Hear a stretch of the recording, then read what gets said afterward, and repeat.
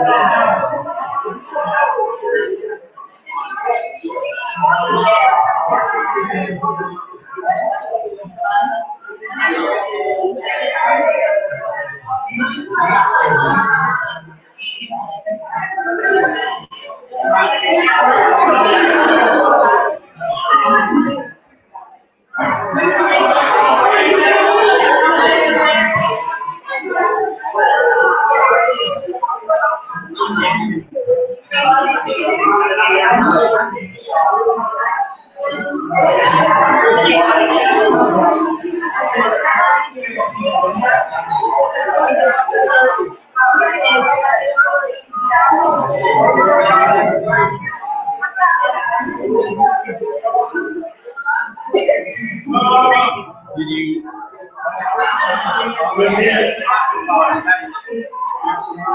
I'm ready. Thank you.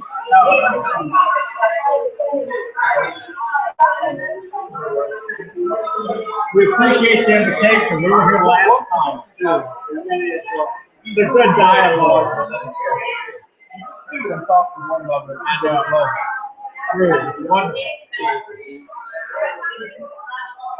When we get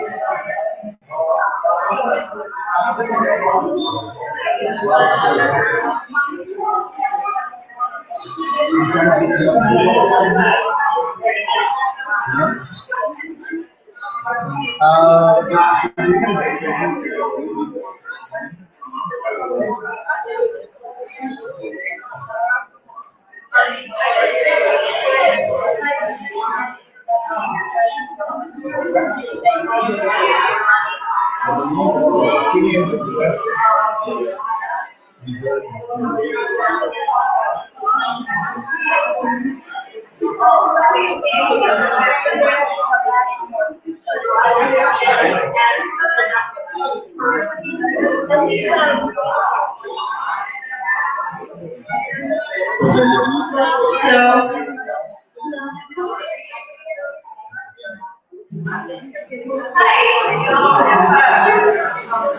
good evening, ladies and gentlemen,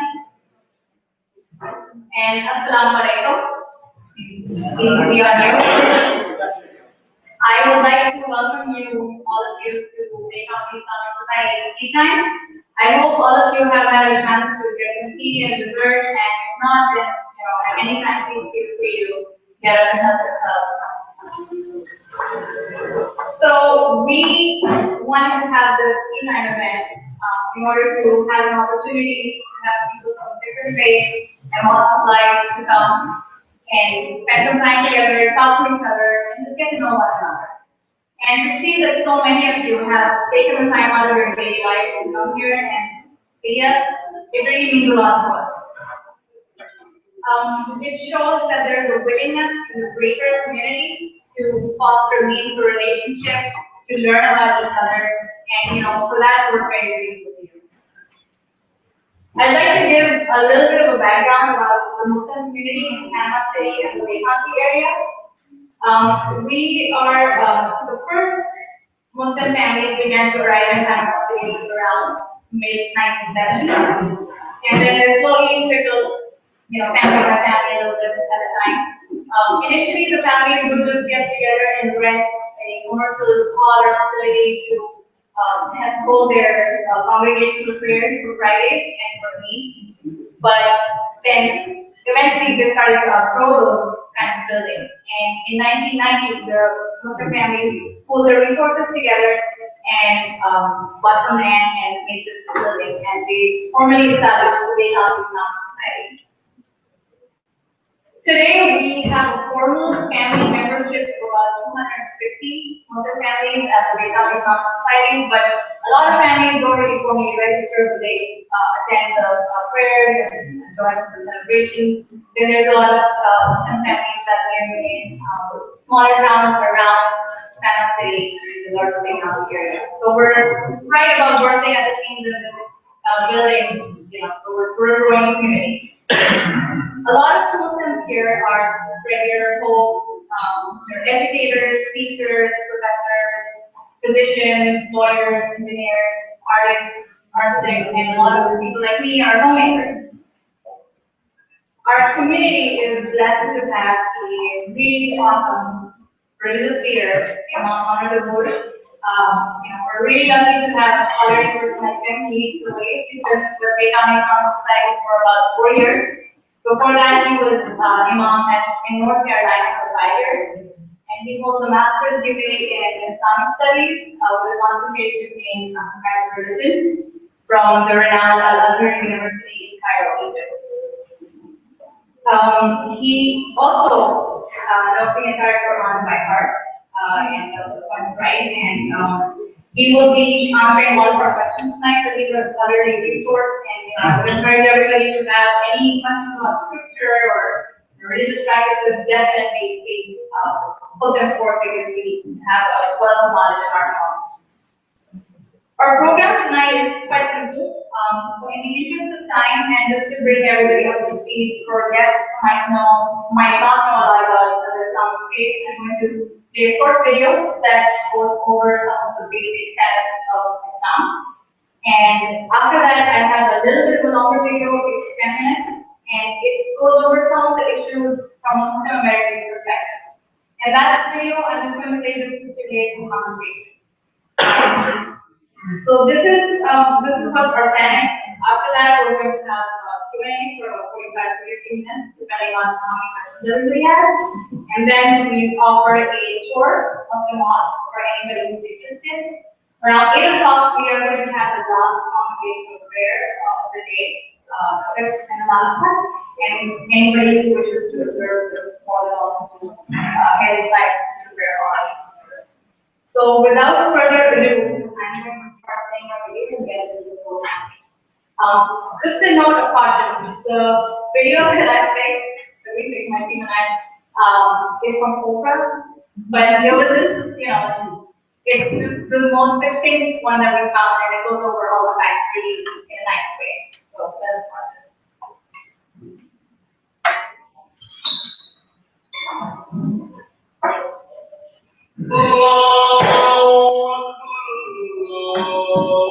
Islam is the second largest religion in the world, with over 1.5 billion followers. Like Christianity, Islam is a transnational religion, meaning that there are Muslims living in every country in the world, and there are many countries that are majority Muslim. Most Muslims will think of themselves as either Shia or Sunni, but there's tremendous diversity even within Shia Islam and within Sunni Islam. It's often regionally dependent. Islam literally means submission. So Muslims see themselves as coming to God with great humility. And for Muslims, submitting to God creates a radical sense of equality. The most sacred text for Muslims is the Holy Quran, which most Muslims believe is the direct word of God as revealed to Muhammad through the angel Gabriel.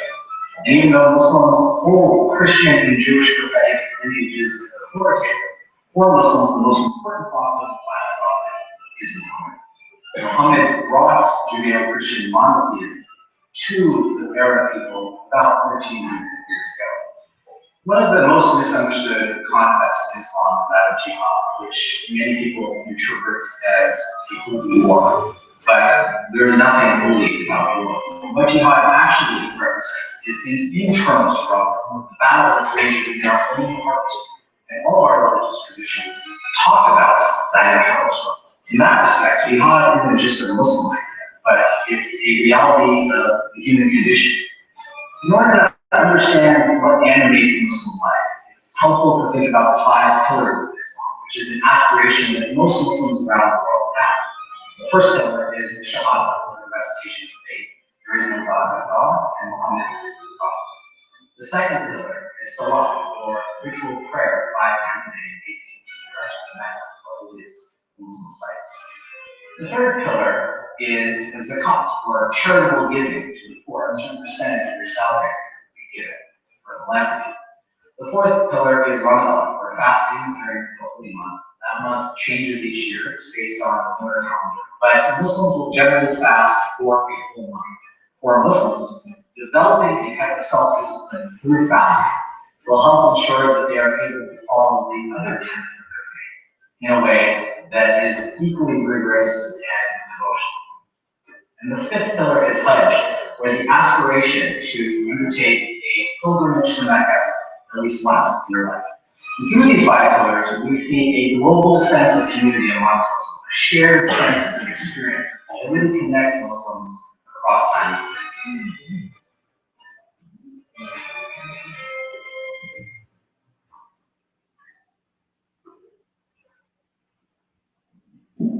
Okay, so before we move on to our next video, I know this was a lot of information in a short amount of time, so just to solidify what we heard right now, I just have a pop quiz for you guys. Can anybody tell me, based on that video, what is the total population of Muslims in the world?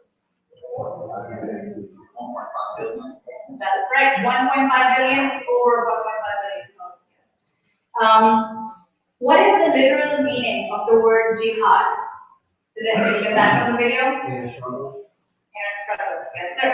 Right. You were reading watching, right? You have all the answers. Okay, and what are the 5 pillars of Islam? So we can go one by one. Does anybody remember any pillars? And none of the Muslims can talk at this point. Okay. There's like a lot of things over here. Yeah, fine. That's correct. That's 1 prayer. That's number 2. Okay. Charity. Look up. That's number 3. There's 1 down. Yeah. So Shahada. Good. Let's repeat. And then the last one. Great. Okay. So we will pay attention. That's great.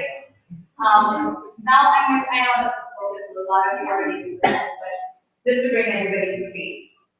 Now I'm going to play, this video is a little bit longer, and it goes into some of the issues that are very current, very important for all of us, for Muslims amongst us because we face these issues, and for people of other faiths because these are issues that divide us all and interfere us. So, we don't need to set the tone for this Q&A, but this is something that is very pressing. So, in order to encourage everybody to open their minds and ask questions that are sometimes difficult, we're just going to watch this video.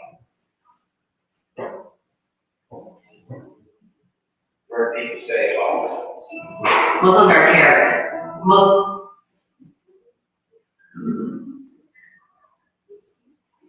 So, anyone? So what are some of the stereotypes you've heard people say about Muslims? Muslims are terrorists. Muslim women are oppressed. Go back home, you're a foreigner. Not all Muslims are terrorists, but all terrorists are Muslims. Muslims are un-American. They're all there. The Quran teaches hate. Such stereotypes are widespread, but are they true? In recent years, there have been dozens of polls conducted worldwide and right here in the United States. American Muslims are an integral part of our society. You see Muslims in media, in comedy, in acting, in medicine, law, engineering, business. They're engaged in politics. They're engaged in starting their own organizations that are benefiting the community. So Muslim Americans are really tapped into almost every sector imaginable. Their job rate is 24% have started their own companies. American Muslims are largely middle class and mainstream. American Muslims are like other Americans, with comparable percentages watching entertainment television, following professional or college sports, and recycling household materials. The U.S. government estimates the American Muslim population at around 7 million. There are Muslims who have immigrated from literally every other part of the earth. It would be impossible to talk about Muslims in America without talking about African Americans. So we have an extremely diverse pool of ethnic and national diversity. They are as likely as the average American to attend religious service, as likely to say that religion is important to them. They're actually slightly more likely to believe that people of other faiths have a chance at salvation. According to Dabour research, American Muslims are the most likely faith community to condemn attacks on civilians.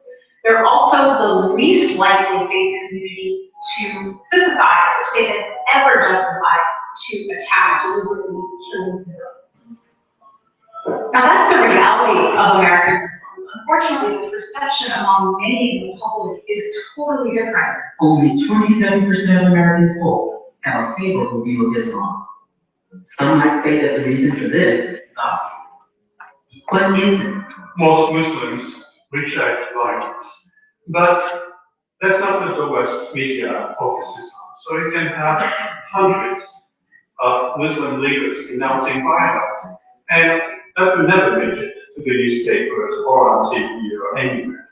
Certainly it's a fact that there are some Muslims out there who want to do harm to others, but I see nothing to suggest that Muslims as a community or Islam as a religion is more likely to lead to people to violence. Terrorism in America is sort of almost a melting pot. There are a lot of different types of motivations that drive terrorist attacks in the United States. Very few of the attacks that have actually been carried out have been motivated by Islamism. I think a lot of people have a misunderstanding that Muslims are carrying out attacks and they're always targeted at Christians or at non-Muslims, but it is much more often the case that their actual victims are Muslims. According to the National Counterterrorism Center, Muslims worldwide are the main targets of extremist violence and are between 82 to 97% of those killed or injured in terrorist attacks. Then why are Muslims mainly presented as the perpetrators of terrorism rather than as the primary victims? Why don't more Americans view average, faithful Muslims as the true representatives of Islam rather than the extremists?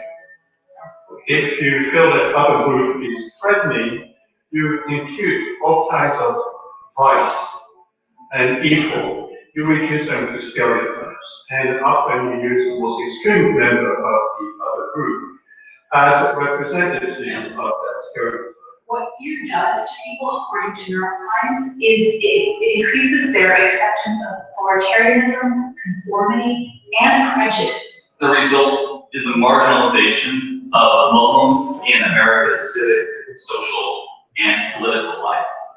Society is telling them that they're not a part of the American society. They're not a part of the fabric of this country. In a 2010 Gallup poll, almost half of all American Muslims reported experiencing racial or religious discrimination in the past year. So let's ask again, are these negative perceptions fair? The extremists quote from the Quran, isn't terrorism in the Quran? The Quran does speak about terrorism, but it uses a very specific word. In Arabic, it's called irjaf. And this word irjaf means crooked action to instill fear and violence in people, but that fear and that violence is based on hypocrisy. So according to the Quranic paradigm, terrorism or extremist behavior is really an acting out of hypocrisy. Muslim scholars have written a letter to the leader of ISIS.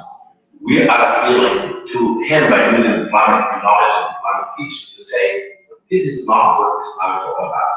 What he is teaching does not represent the teaching of the Holy Quran. Holy Quran says that whoever takes a life of an innocent person, as if have taken the life of all humanity, and whoever saved one life, as if have saved the life of all humanity. The Quran clearly says there's no compulsion on this. You can't force anyone to convert to your beliefs, whether political beliefs, economic beliefs, religious beliefs. The Quran obviously is very clear about the sanctity of life and respecting everyone's freedom to practice. Whoever wills, let them believe. Whoever wills, don't let them clear cut. One of the first things that any student of the Islamic tradition learns growing up in the prophetic tradition that says, show mercy to those on earth, and the one in the heavens, or God, will show mercy to you. And that's really the cornerstone of what Islam teaches. Out of my childhood, having grown up as the only Muslim American family in a strong conservative Christian community, I found that for us as children and young people, it didn't matter the color of our skin or the faith that we followed, that we came together based on the shared love of God, our shared values. 1/3 of American Muslims report working to solve a problem or improve a condition in their community. 75% have donated to or assisted local charities. Muslim doctors decided to establish a compassion network of medical professionals who provide medical services and healthcare free of charge to everybody, to a person of Islamic background, Jewish or Christian, or person of no faith. There are more than 20,000 Muslim physicians in the United States, and they operate over 100 free medical clinics all around the country. So we're actually seeing Muslims respond to Muslim extremists with the teachings of their own faith, basically debunking their actions, their extremism with the core teachings of what Islam really is. What happened in North Carolina when these 3 Muslim students were killed was really traumatic for the Muslim community. And instead of just responding with a statement of condemnation, they responded with love. And a campaign came out of that to feed our local hungry. And within 1 month, we have nearly 300 mosques, Muslim student groups hosting camp food drives around America to feed their hungry neighbors. When there have been national disasters, American Muslims have helped provide relief. Answering the call of their faith, they served and sacrificed for their fellow Americans in many ways. Muslims are involved in every aspect of the United States of America.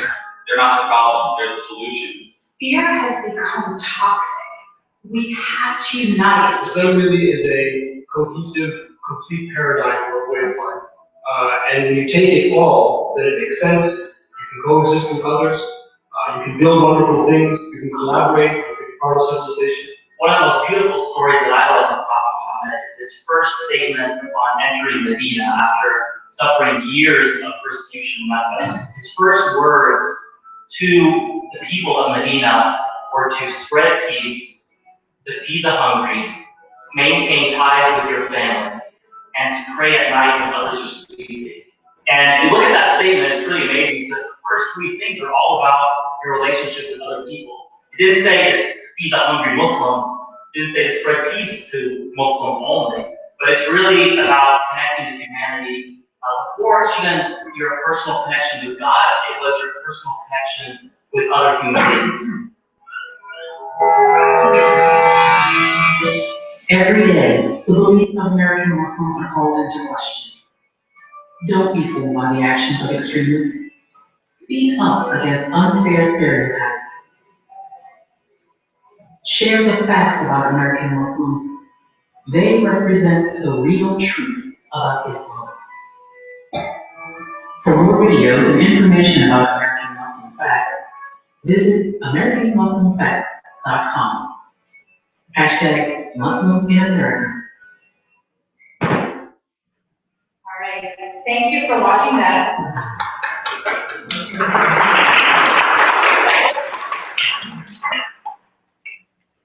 Now, before we go into the question session, I would like to reiterate, please do go ahead and answer this question. Do ask us the things that, come up in your conversations with your friends over and over again. Things that you cannot find information for, that things, the questions about Islam that take you to Google or the internet. Please ask us. We're here today. We're very understanding. We're not going to be offended. We understand that a lot of you are here just as a show of support. And you might think that, it might not be a good idea to bring up something that might be offensive. But we're not offended because we would like to give you the opportunity to ask these questions where we are in a position where we can help you understand, explain. Instead of you going and seeking answers from places where you might not get accurate information. So go ahead and, pose your questions to us. We have on here, and silly questions. If you have any questions for American Muslims, then myself and my team and a lot of our community members are here, and feel free to ask any of us anything also. Thank you.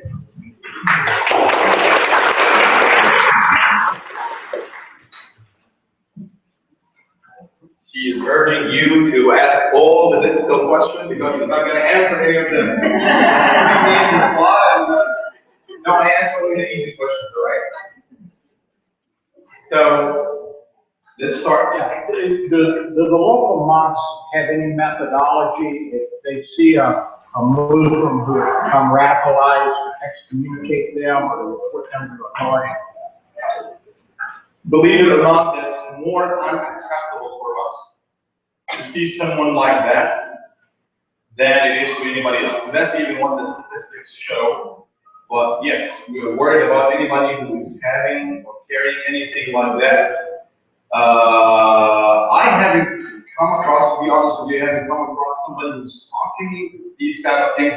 But sometimes you might, you at a certain age seeing some oppression or some injustice going on, they ask questions. So we make sure that we give them all the answers based on the religion, because in many cases people are being radicalized because they do not have the true knowledge or the true answers for their questions. So we make sure that we make things clear for them that this is the right thing and this is not. A lot of the terrorism, actually we had, I'm part of the North American Imams Federation, we had our conference a couple of months ago in Tampa, Florida, and we invited the FBI guys there, and they explained to us that the majority, now almost all the kind of people who are in the process of hiring or recruiting radical people or radicalizing people, it all happens online. So they cast a lot of doubts, and they try to play their scheme somehow to attract those people. And we make sure that we answer all of these questions if they happen. But we do that. And last month we actually had a couple of meetings with the local police station in here, and we talked with them and we invited them in here. And we developed a strategy as we were worried because after what happened in San Bernardino, we received a lot of threats. You don't know how it is like to be a Muslim, after an event like that. You have to dress like if you're a sister, you have to dress like one of these days and just walk for half a day, a few hours. I'm not saying it's too bad, but sometimes you can come across some really random, strange situation. So we received a couple of emails, people threatening us and just,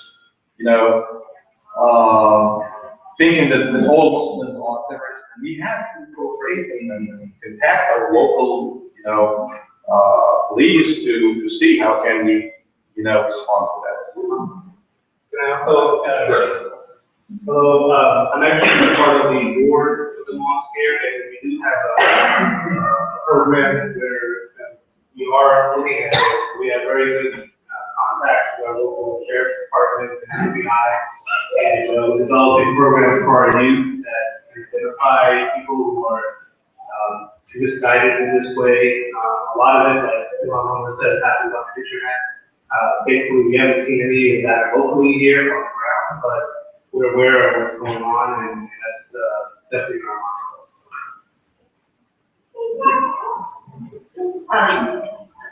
I was gonna, great.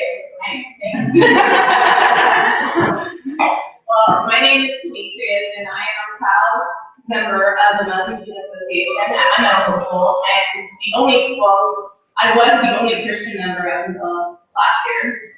So we have quite a few more coming in. So I was actually going to ask you about the environment here because since I went on rotations, I was very concerned with my friends. We live like in the mountains of Kentucky. And the population, if the black population here is 1%, you can imagine what the other populations are. And so I was really concerned about their well-being. But it kind of dove into that a little bit. Do you feel like with everything going on, with our elections going on, do you feel like the terrorist, well, I don't know what it's terrorist, but the threats against the community, the Islam community, have continued to rise or has it slowed down a little bit? Because I did see in the polls, but you can't really press polls all the time, that was like no longer a concern for the Americans. Like, I guess we're like focused on other stuff now as far as one of our top concerns. But do you guys still feel an impact of that here as far as getting threats and caring for your safety? We do. And what's really worrying for us is when it goes to the top level, we talk about, candidates for president. Mr. Trump, for example, is running in there, and with all respect to those who may support him at large, but he makes very, confusing statements like, let's ban all Muslims, let's do that to Mexican. He is isolating minorities, and that's not what America is about. But the good thing, and we should never fail to see that, is every time we have this kind of threats and emails or comments in the streets, we receive, on the other hand, we receive a lot of support from the community. I myself have received a lot of letters from people. Some of them are here, the UU and other churches and other organizations send us letters and even come to us here to show support and to say, that's not, we are ready, we are neighbors, we know you, and we are here to support you. So that's the good thing, and that is what we believe America is about. That's the beauty of it. Thank you. Can I add something to that? Sure. I just wanted to add quickly to that CARE is the Council on American Islamic Relations, and they are the equivalent, they're Muslim advocacy group equivalent to the NAACP for the African community, and they have reported a huge spike in Islamophobic threats and actions. And unfortunately, and by that I mean, I want to say it's definitely over 50%, somewhere in the 80% range. But the polls that I trust are more objective, non-political ones like Dabour and Pew Research.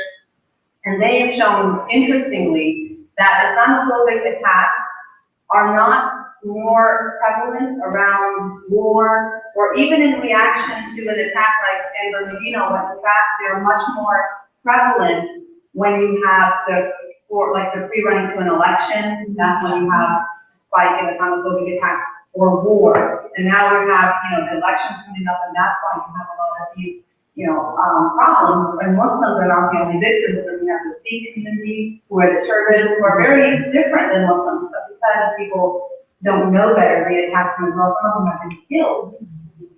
because of being mistaken for Muslims. So now we have the elections coming up, and we have a lot of things attacked, but it takes, education and understanding and open-mindedness to overcome that.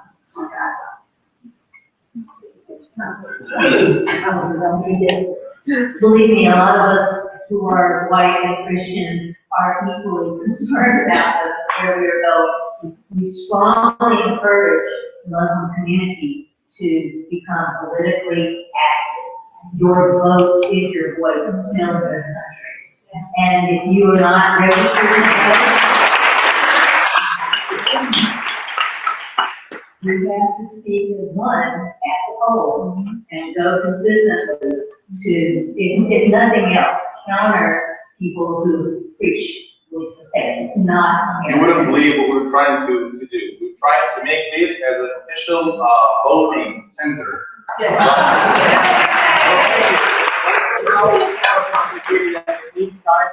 Yes, we do believe in that, and we always urge actually not only our community, everybody will speak up and vote, be part of the community. We don't think, people here, these kind of beliefs don't speak for us. We're as fearful as you all. Yeah, no, you're scary to us. We are. We're as fearful. Unfortunately, what's happening is the rhetoric and polarization in this country. They feed on fear. Fear is how they control their people. That's right. To follow them. We have a different kind of fear. We fear that they will win. That's what we're fearful. We share the same destiny and we are on the same goal. Hopefully it's not the vote of Canada.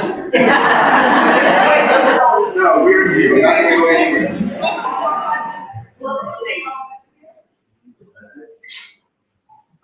Have I got it in the right? Yes. Okay. Mine is not exactly a question, but I have a concern, and it's confusing to me why there is not more emphasis and more information out about what there is in common between, or what we call the Abrahamic religion, starting all the way from Adam. What we have in common is Christian. Adam is one of them. Adam is Christian. He's our father. Right.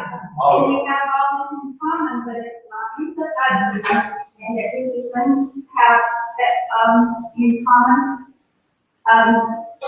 That you have in the Quran a name for Mary, the mother of Jesus. There's so much in common that if we emphasize that more than, well, there's hardly any publicity about it. And so everybody, not everybody, but lots of people do assume that it's totally different.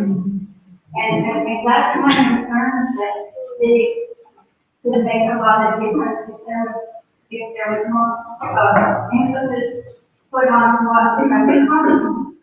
That's right. One of them is all of us rely on love. Oh, yeah. So yeah, I like Peter. Where's Peter? I've disappeared. Yes. All right. So he mentioned something beautiful, and that will help answer the question or the kind of comment that you gave. He said that he was in Britain, right? Was Britain, and then a taxi driver who happened to be a Muslim. A lot of them are there in New York and everywhere, trying to make a living and to make the ends meet. So he said that he was calling him all the time, brother. And that's actually what we go by.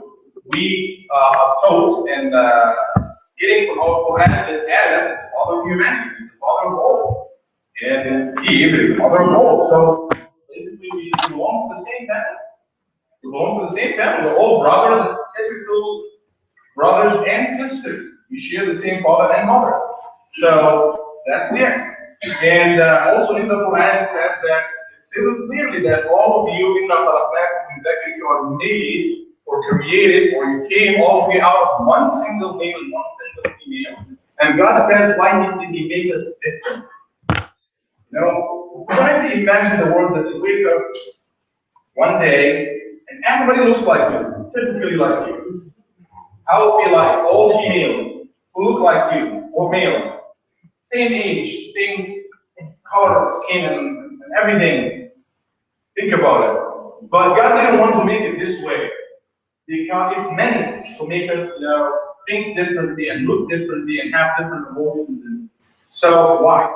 He said in the Quran, "Lita'arafu," which is an Arabic word that means so that you get to know one another. He made you different so you get to know one another, right? So we get to know one another, we communicate with one another, feel the need for one another, we cooperate with one another. And that's probably what we're doing right now, talking to one another, getting to know one another. So we always highlight the common things, but we are always in a defensive position. We have to respond to the media and show them that we're not terrorists, we're not terrorists, we're not terrorists. We have all of these good things. But nobody, looks like not everybody, as far as the media is, he cares about what we have in here. And we always have the good people who come and attend and nurture this, communication. So we do have a lot of common things, yes. We have a chapter by the name of Mary, peace be upon her. For us, Mary, the mother of Jesus, peace be upon her, she is the best lady, woman ever. This is our faith. And Jesus, we have to believe in Jesus, peace be upon him. If a Muslim does not believe in Jesus and Mary, he cannot be a Muslim. So we do have a lot of common.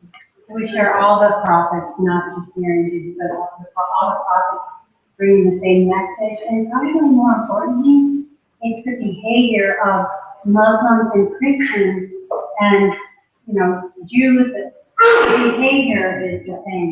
It's characteristics, the human characteristics.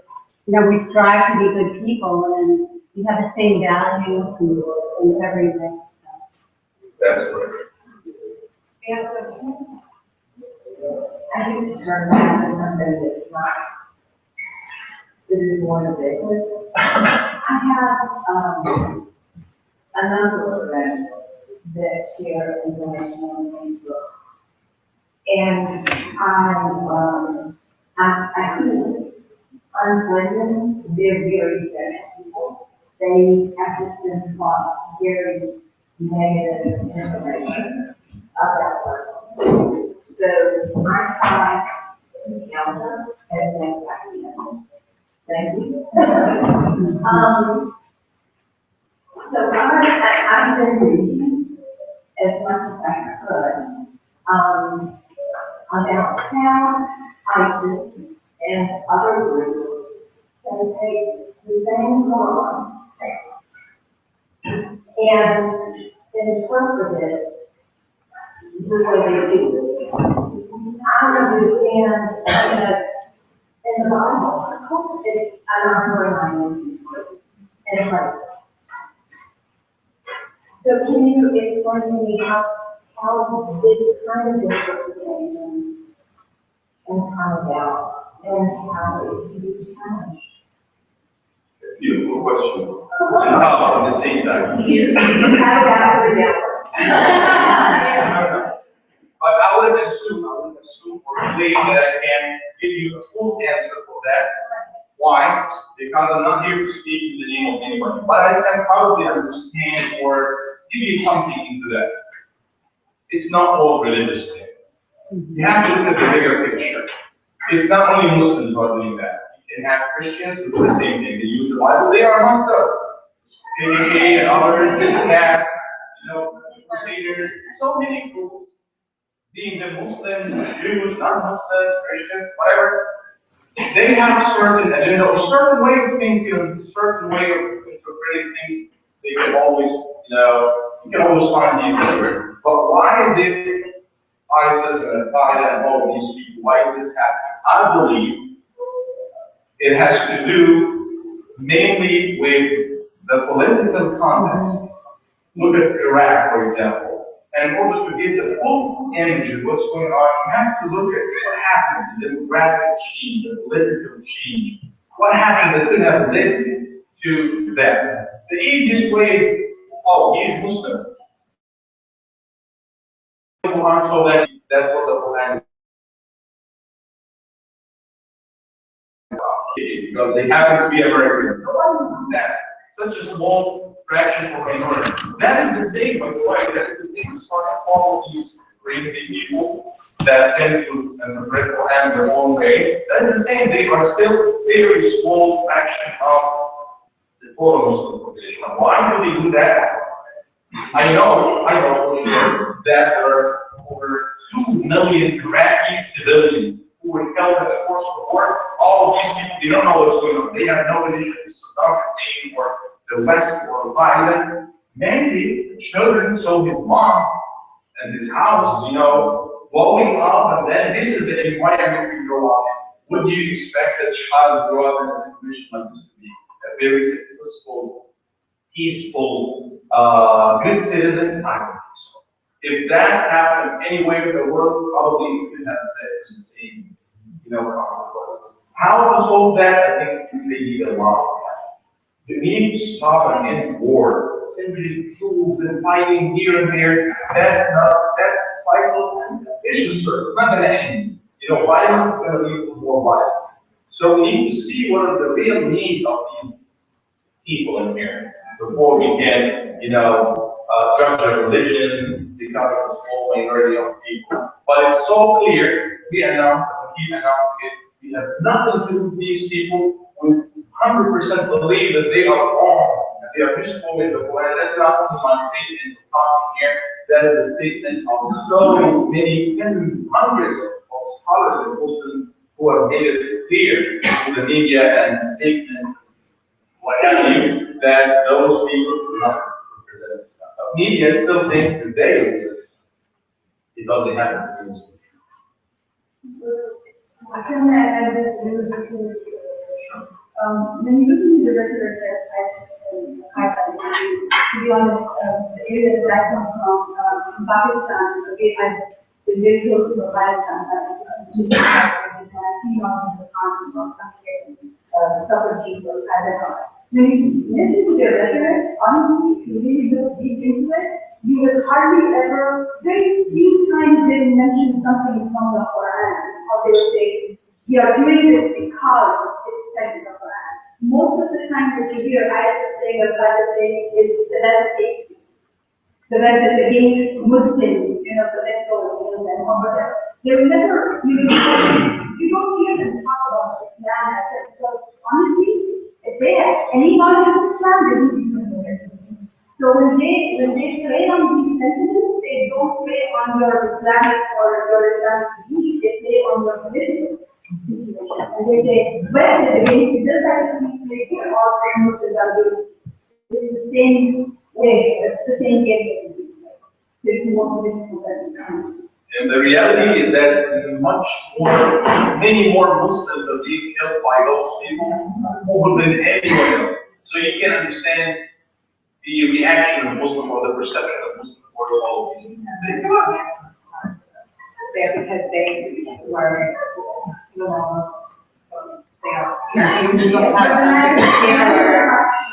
they are. Imagine if I have to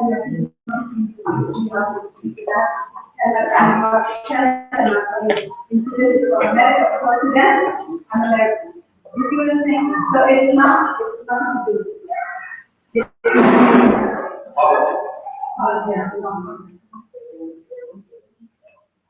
It's a matter of infidel. Infidel is a word that doesn't come from scripture, right? That's right.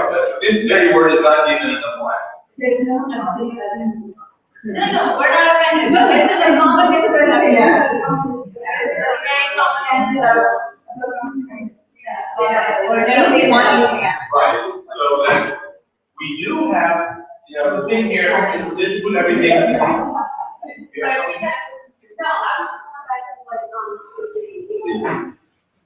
I'm Christian.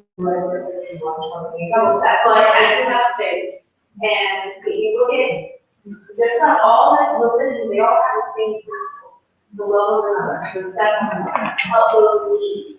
And I feel like it's Christian, Jewish, it's all come together and bond together and show, hey, this person's on this person's habit, this is that we all share the same bond. But it's kind of thing that brings all the religions together.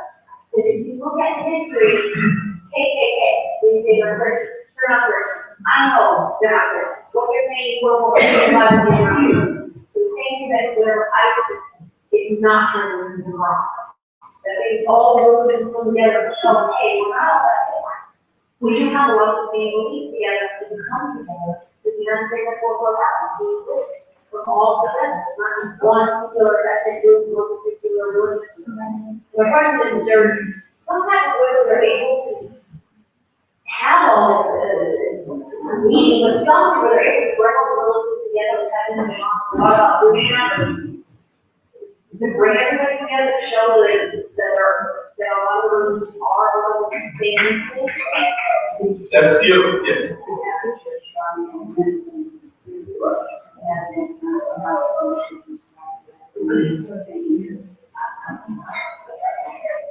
We have an interfaith group that we do have some members. If you are members of our interfaith group, please raise your hand or stand up.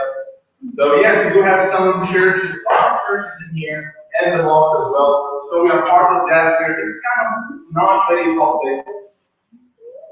Media is not after people getting together and having, things like that. Getting media, you know what, you're nice, talk nice. That's not it doesn't sound attractive for the public, they got the first thing in the morning, how many crashes or killings or that's what attracts the people.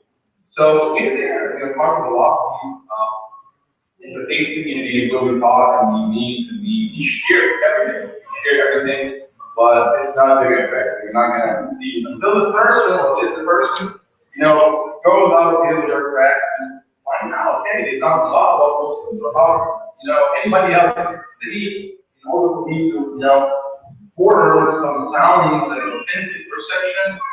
Then you talk to them, see, find out about that myself. And in many cases, when people do that, they just find us as very normal people, not saying you're that's the other word. Just normal people, friends, people who work, have their challenges and their successes and setbacks, just like anybody else. Can you answer the question with Angela? That's wrong. That's a very common question. Okay. The thing is, this is a strategy that we have to be aware of. People take things out of context.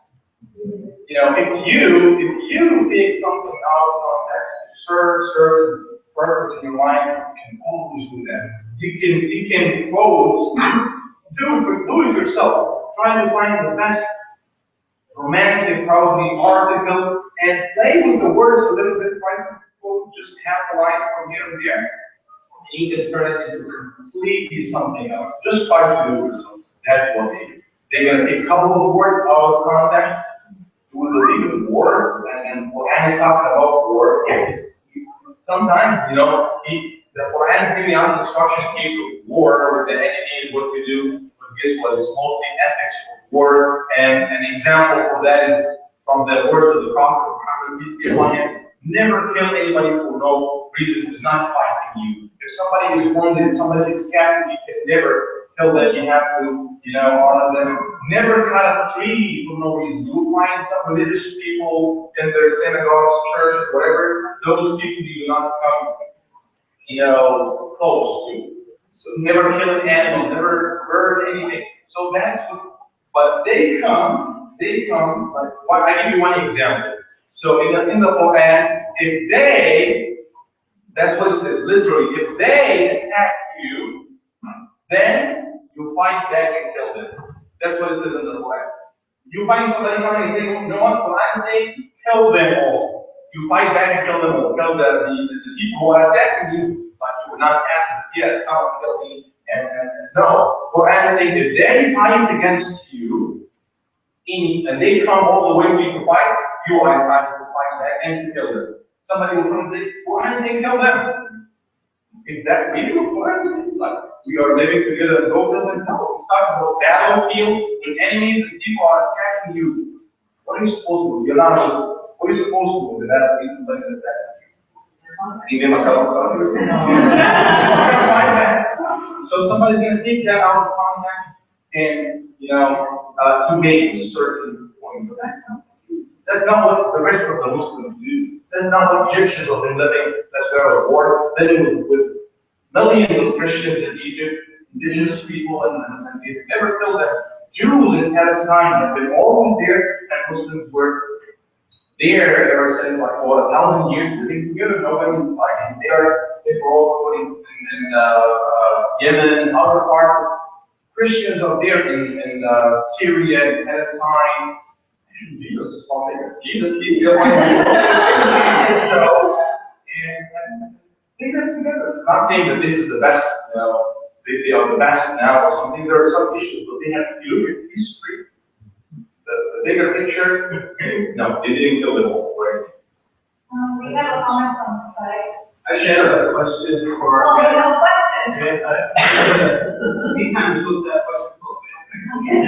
So, the question I have is what, your friends that have certain opinions that may not be willing to come to an event like this, what do you have advice for the Muslim community reaching out to the broader community in Panama City?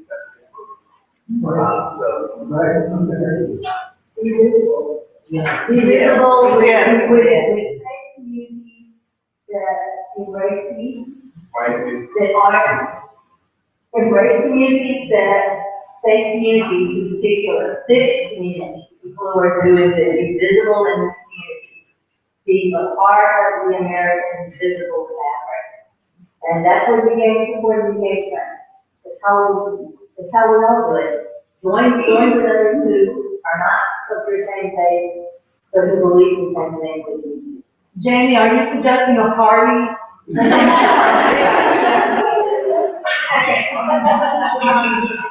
like to have someone in your church and your community where we can come and join. Maybe that's part of something that we as Christians in faith community need to make a better outreach effort to.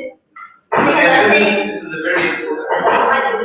I think that your friends that have this discussion if we go to your neighbors and unite, and then they can start coming here. And then they'll learn how to do that. Stop missing out with my work.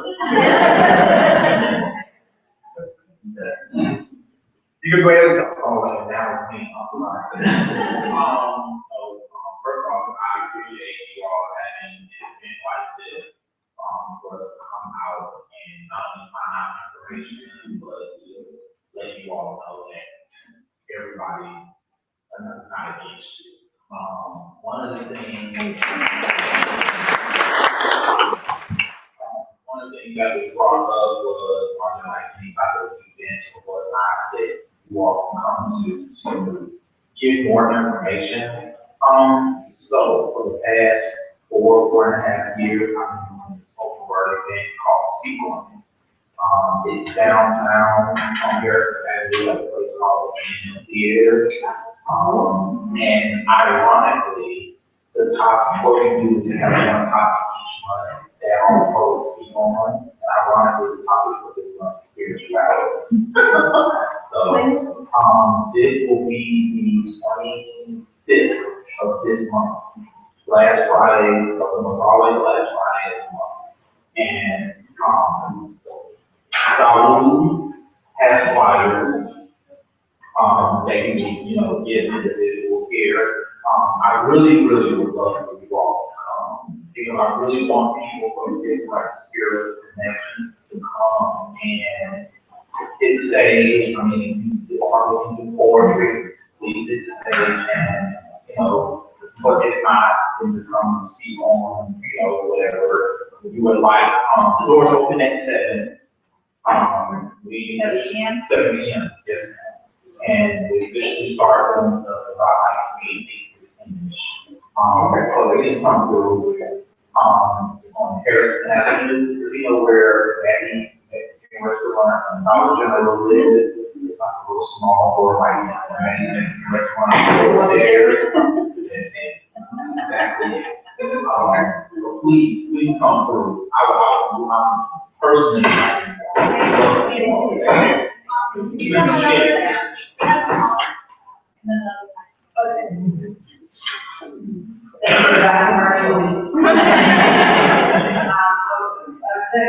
thing is, now that we know about it, people will come from our community, but I want everybody to know that we have a response and outreach team that belongs recently developed, and one of our big aims is to do exactly what Mr. mentioned earlier, and that's to engage and participate. And we actually had a team from the borough here that went through the whole Panama City calendar events to see what kind of things that IT wants, Nancy wants, events for us at events to attend so that we can improve. But keeping something in mind is, Islam is not new to America, but a lot of generations, the first generation, my parents' generation, is always that language barrier that might have prevented people from really mingling and entering and now using the Islam being taught. So now we have the next generation, Americans, like myself, American Muslims who grew up here, and that effort is really, it's kind of fresh, but we're working on it, especially in places like Panama City. Bigger cities like Chicago where I live, there's a lot of interaction and they're way ahead of us. So what my point is that as long as you find a way to let us know, then we will certainly try to be there. We love to be there. In the back, there's 2 clipboards. If you don't already receive emails from the Economic Society and you're interested in knowing about our events, then please put your email there on those tables. And if you want us to sign up to your list, then let us know. That way we will be connected in terms of what's done.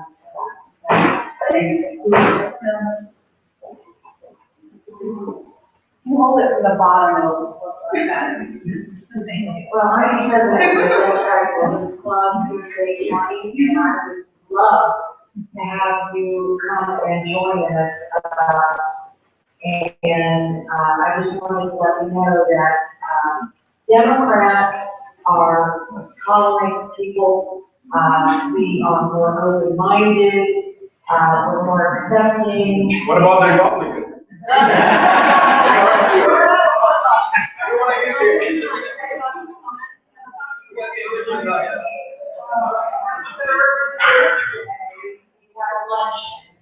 Thursday, 11:30. And we would love to have you come, be a part of our group, join our group, come to our luncheon, get to know us, let us get to know you.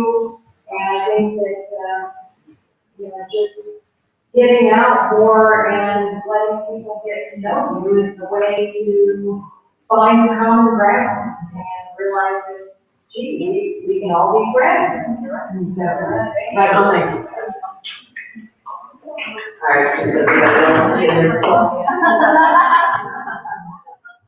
I'll be collecting the money afterwards. The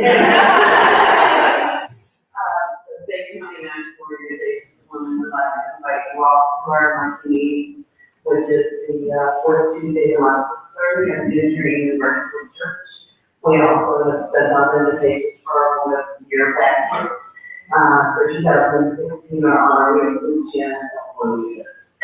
So we're very proud of fundraisers and honor. Jennifer is an honor. But we just want to let the youth and with the youth and celebrate and look forward to the freshmen later in the fall. So the fourth weekend of a Tuesday? Fourth Tuesday. And at what time? And what church? Unitary Universal.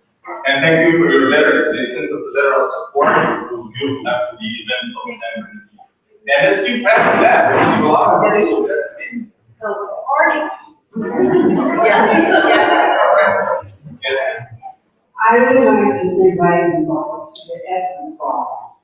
Let's go on to the wedding and we know we're the oldest, the right organization in the United States.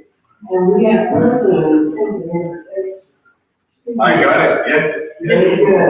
We are looking to see this event is going to be held on April the 2nd at the Chongwei Art and Conference Center.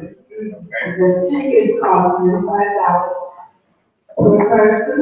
It's a major fundraiser, and those funds are used to fight for the rights of all people. We hope to see you there. Thank you. And from the Women's Club also, somebody came to us here a couple of months ago. Was it you? somebody came to show support. I wrote to you, but I didn't understand. Oh, road to us, yes, yes. So this is the positive thing in here, after we received those couple of random threads on Craigslist and random websites, we received a lot of support from the organization, and people are here already with. So the question, aside from being a mom and leader of the society, what is your most favorite part of being a mom?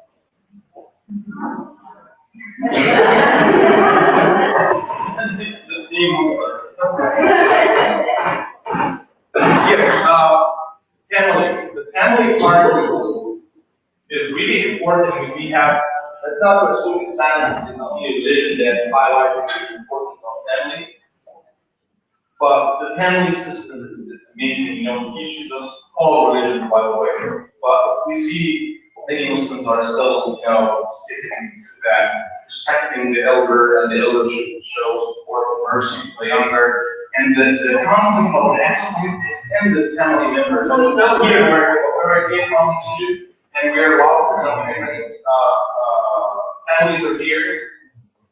You know all your cousins, and you have very close relations, and we relate that to our religion. You know, number one obligation, number two obligation is that one is obligation towards God, worship, and all. Number two comes with parents, and then now this comes the relatives, the extended families, and one of those definitely is your neighbor as well. So if they have to talk about something, this is of family, this is of community. You know, so this is something that we have our monthly dinner. It's usually, you know, all of us coming together, and it's really good when everybody comes together. And you are invited, by the way. I'll give you the personal invitation is here tomorrow night. Please feel free to join us and come and see the community, not only the formal kind of talks, but you can come over and share the food with us if you like to. We would love for you to be there if you decide. Yeah, it's 6 o'clock, the same time tomorrow. Usually let some of those answer the same question. Please, whoever Muslims, you can. What do you love about being Muslim? Oh, what do you love about it?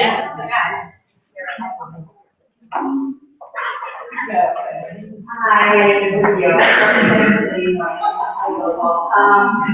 So I feel like it's not in my religion. It makes me wake up and I want to do that. It makes me want to show my good side. It keeps me from getting angry. It makes me feel peaceful and spiritual. It makes me just want to make the world a better place. And I truly feel that the essence of my purpose in life is to be kind to people. You know, not just my immediate family, but strangers that you know, students. It just gives me a peace of mind, and I can't imagine having if I didn't have food.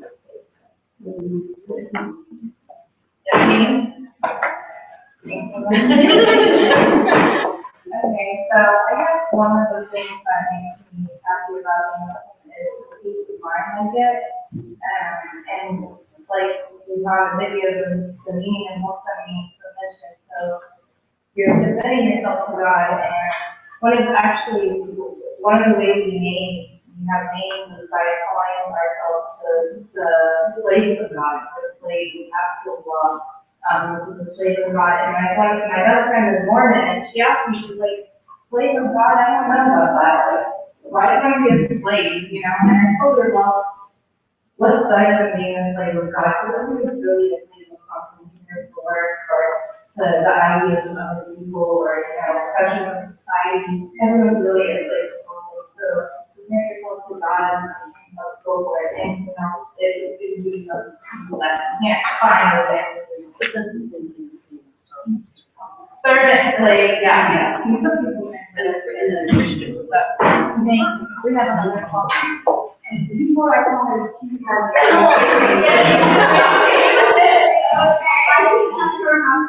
One thing that I think most physicians teach patients, so. No, I actually wanted to make a couple of comments. In regards to, I heard someone, the dialogue, like, okay, what can you do to kind of like make sure you have it more. I heard a comment like, oh, come on out, see this and stuff. Well, I can tell you, look at my environment, especially where, you know, it's pretty much the Bible Belt. The church in every corner. It was a really big deal for the NSA to form in my school, and they were very scared to do so. And so what I did as a member of the Christian Medical Dental Association is I met them halfway and helped them start their organization. And I got other organizations involved. And so basically it's kind of like both groups have to meet each other halfway. And to be honest, personally, I waited until I covered it up.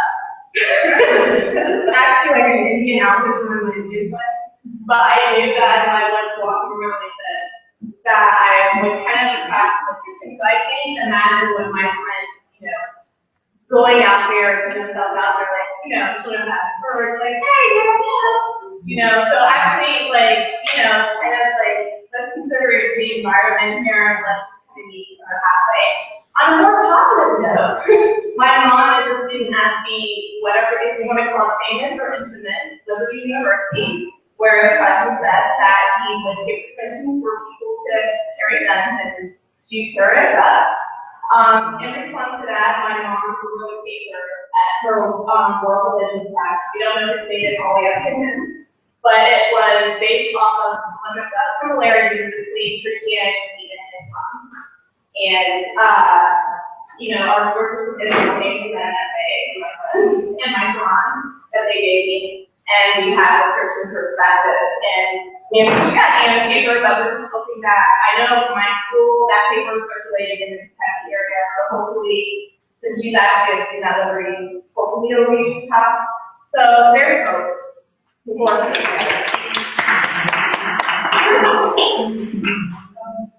Two things. One is that word infidel is in my head going around. If I'm wrong, then correct me. But every time I read the Quran, as much as I read, Christian and Jews, they're always mentioned as people of the book. There's no word infidel, and that is because the book was released to the prophet. Yes. So if anybody put on there's a lot of Christian community, he refers to the people of the book. Alright? So you're not Christian.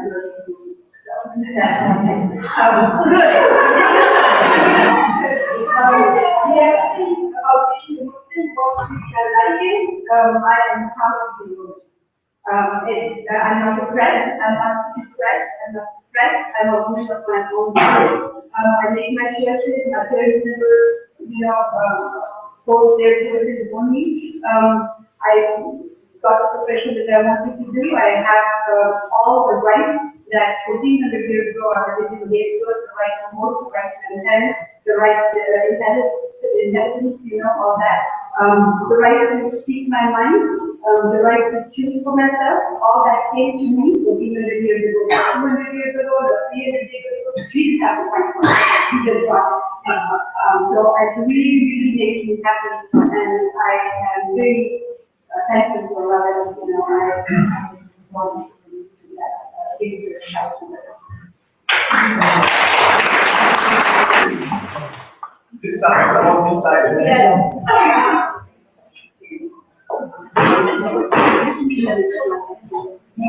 One thing about being Muslim is we don't have connection with God. We wake up every day. We wake up, we let go to bed. Then we have room and feel that advantage. And it's because during that, it's a kind of shut up. So it's very good to children. Also, actually, as a mother and four children, so I think one of the things I love about being Muslim is that every day we try to do something good. And when I drop them off at school, I always tell them, be exceptional today. And when they come back, I ask them, what did you do to be exceptional? And they know, because I drive it into their mind, that what we're doing, the act of service to other people, to the environment, to our parents, to the elders, all because they serve. So every good that we do is bigger than something that's beautiful and not a teaching us to be good because we're trying to be good people. And teaching us to be good because we're trying to please our Creator. And there's reward in that, great reward in that stuff. It's not as much of a sorry. Who covers and why, and what is that experience like, right now for as women? Is, yeah, that's fine.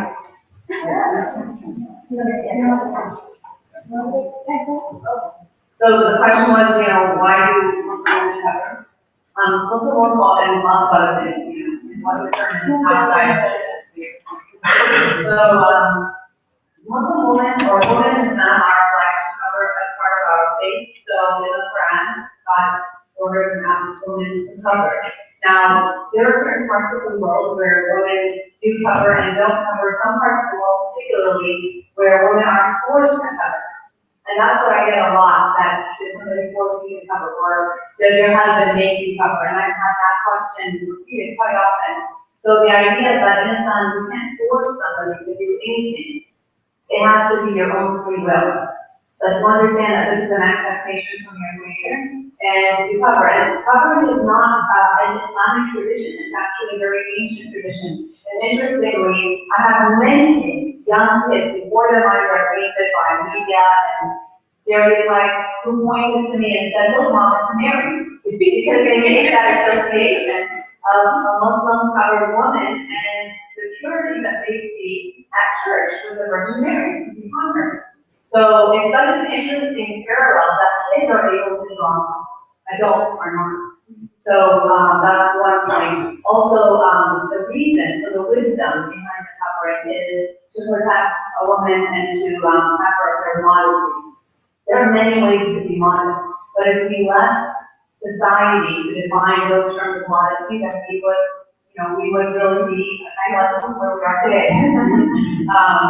And so God, in an effort to preserve Muslim women and really elevate her status, it's an important thing. Muslim women's view of hijab, Muslim women who cover particularly view hijab as an elevation of status because it forces somebody to look past your physical attributes and listen to your words, hear your intellect, understand who you are and what you have to say.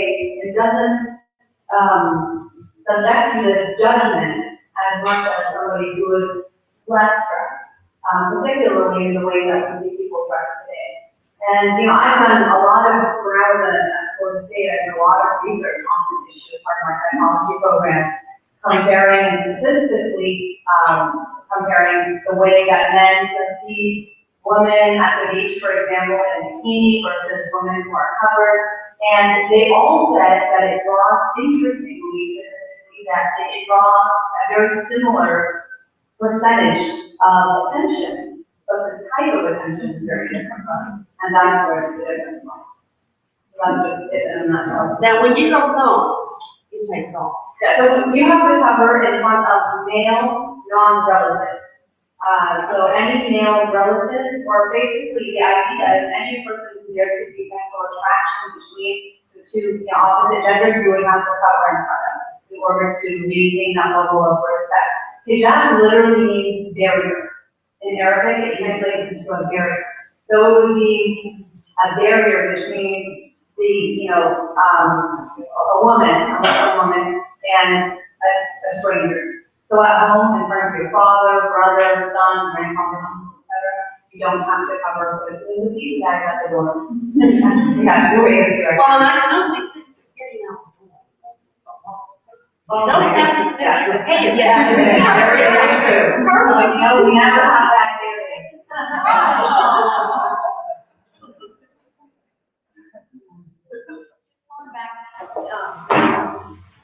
Unfortunately, I have family somewhere else in the country that are not as open to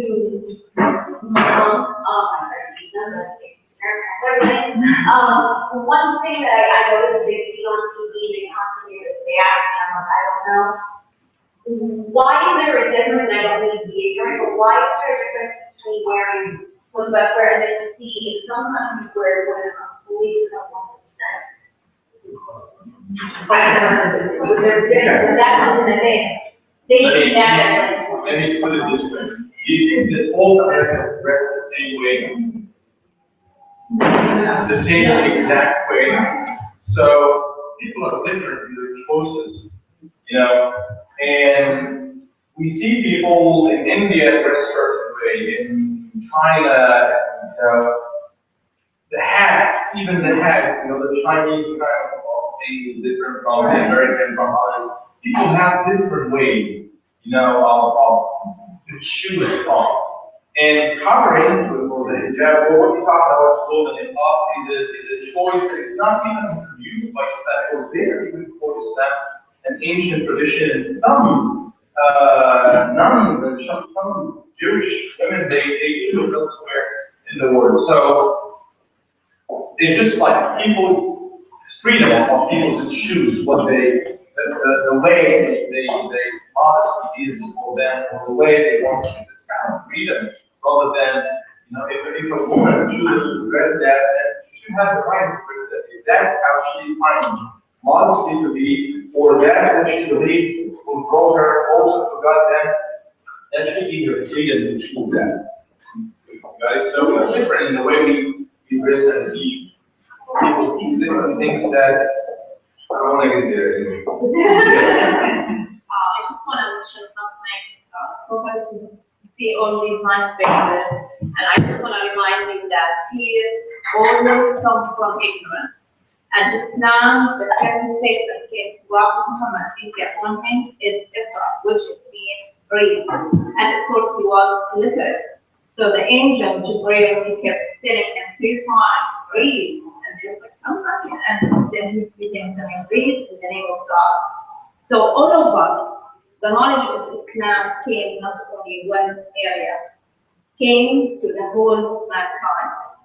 It's very nice for all of us to take that book, because that is a valuable book. Came from God Himself to us. That's how merciful He is. So it's very nice to know what's in that book. And there's a lot of nice programs like the Green Show, and if anyone went into it. If you're interested to know more details about Islam and your own leisure time, just go and type on the YouTube the Deen, D-E-E-N show, and it will give you a lot of different people who had different experience. They went into 10 years of exploring different religions until they reached Islam. And to serve that purpose, we have some literature. They are all free. So feel free to, this is a copy of the translation of the Quran. If you want to read it yourself, it's here. One other, you know, or we are all. I want to hear or learn more about everyone wants to go, or you guys, help each other to go, So this is a trip to the most holy place for us to Mecca, that if somebody can afford to do it physically and financially, they are supposed to do it once in a lifetime. What is the purpose of that? It serves so many purposes. But one beautiful thing that I personally heard from Hajj is, which is pilgrimage, is that, you know, we meet with, you know, each other in the community here, you know, supposedly 5 times every day. Not everybody comes like every prayer, but we come sometimes here to those prayers, and we come together, you know, after a long day of work, or, you know, we come together somehow, this community, this. What the Hajj or the pilgrimage serves or the purpose is the international global conference for all the people who share this faith. They come together, and for men, they even dress very humble, just 2 sheets, white sheets, and they go there, you leave the world behind, you have to travel hours and hours, and you go there. You know, Saudi Arabia is not the most attractive place or anything, but it's a desert area.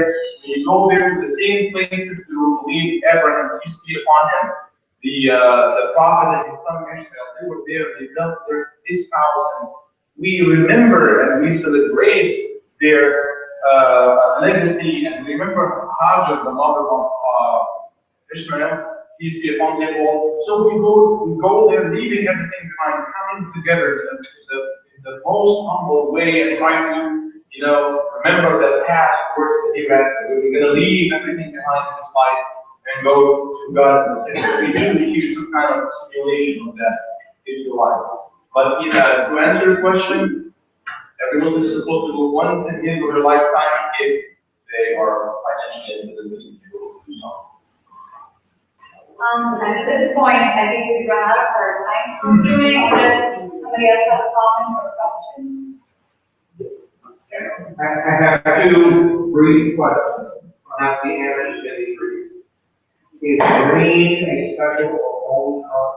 No. Okay. And what's the history of the crescent? The history of the crescent, some symbols somehow they made their way to the people who believe in that somehow. But crescent, we do our rituals, for example, based on the lunar calendar. Somehow it's misunderstood that, we do worship the moon or the crescent or something. Some people think like that. But because it's based on the lunar calendar, in fact, or on, it begins and ends based on the lunar calendar, among so many other rituals. Most of our rituals.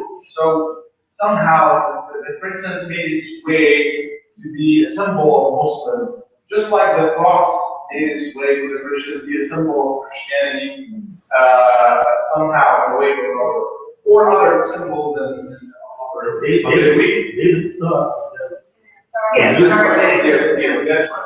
So green is not holy. It's not rules the Muslims they choose to, they like green or I like green. They like blue more. But that's no. We did this many years ago, and it seemed to be that green was a revered color, especially the whole thing. And you forgot your first question. Yes. When I was welcoming you at the door, you just My question is, what isn't Imam? What do you do? Okay, this is a simple one. Imam is somebody like myself, anybody who can be any person who has certain level of knowledge, and he's not holy in any sense. We don't have hierarchy, and our faith. You do or do not? We do not.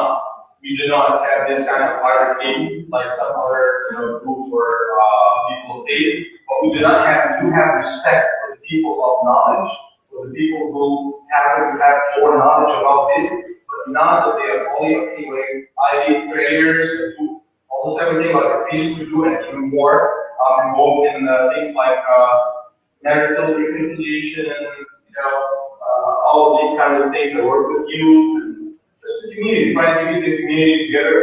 And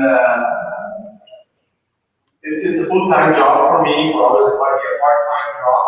The community is smaller and the need is less. So I lead prayers, I give speeches, I do things like what I'm doing right now. So yes, that's all. So before we further know, like we mentioned earlier, we have a literature of with the Quran for anybody who's other Quran. We have sheet, sign sheet. If you don't already get our email, please write for our email address to the or email. And also we have a lot of leftover dessert, so if you would like to take it out with you, please feel free. All right, thank you very, very much for coming.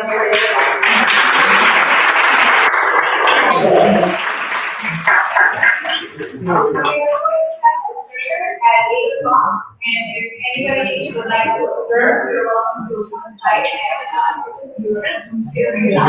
Also, if you are interested in the tour or asking questions about different parts of the place in here, you can do this right now. I'll give you this in the community room where we meet and see our guests, things like that.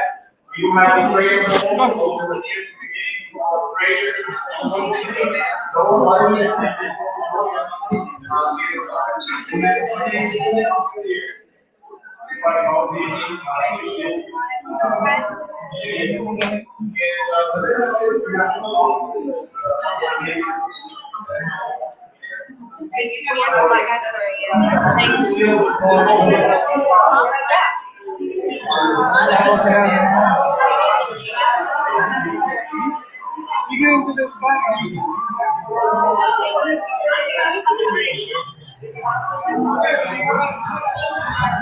Thanks.